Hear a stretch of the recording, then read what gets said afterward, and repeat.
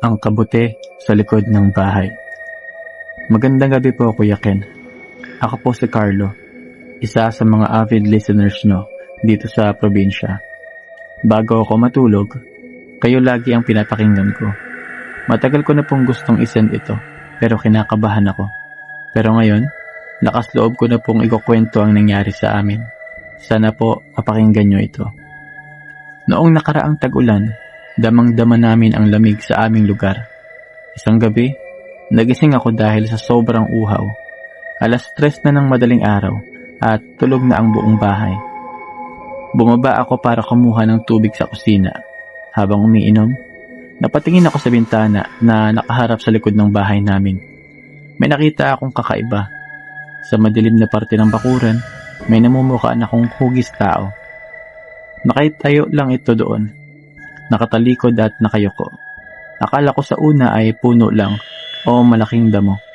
Pero nang tumingin ako ng maigi, napansin kong may hugis talaga ito. Parang may suot itong mahabang damit na kulay puti, pero mukhang marumi at basa dahil sa ulan. Kinabahan ako pero pilit kong kinalma ang sarili ko. Baka naman imahinasyon ko lang dahil madilim. Pumikit ako saglit at pagdilat ko, gumalaw ito.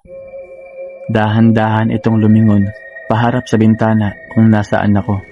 Pero hindi ito mukha ng tao. Ang ulo nito ay malaki, bilog at kulay puti na may batik-batik na itim. Parang isang higanting kabote o mushroom na may hugis ng katawan ng tao. Nanlaki ang mata ko at napahawak ako sa dibdib ko. Hindi ako makahinga. Tinititigan ako nito gamit ang dalawang buta sa gitna na parang mga mata. Bigla itong naglakad palapit sa bintana. Mabilis. Sobrang bilis na parang lumulutang lang. Dahil sa takot, napasigaw ako at tumakbo paakyat sa kwarto. Nagtago ako sa ilalim ng kumot at nanginginig hanggang sa sumikat ang araw. Kinabukasan, sinabi ko kay Papa ang nangyari. Lumabas kami para tingnan ang likod bahay. Wala na yung hugis tao. Pero sa mismong pwesto kung saan ito nakatayo, may tumubong isang malaki at nakakatakot na uri ng kabote. Kulay puti ito na may itim na tuldok at may bulok na laman. Agad itong pinatay at binunot ni Papa at sinindihan namin. Mula noon, hindi na ito muling lumitaw. Pero hanggang ngayon, tuwing umuulan at lumalago ang mga halaman, hindi ko na magawang tumingin sa labas kapag gabi. Baka bumalik ulit yung kabote na nagbabantay sa amin.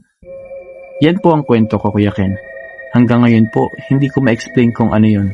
Baka engkanto, baka maligno, o baka nilalang na hindi natin nakikita sa araw. Salamat po sa pagbabasa at sana maging safe tayong lahat. More power po sa channel niyo. Maraming salamat sa kwento na ipinadala mo sa amin, Carlo. Ako, mabuti na lang din nyo pinagkamalang pagkain yung kabuti at niluto nyo.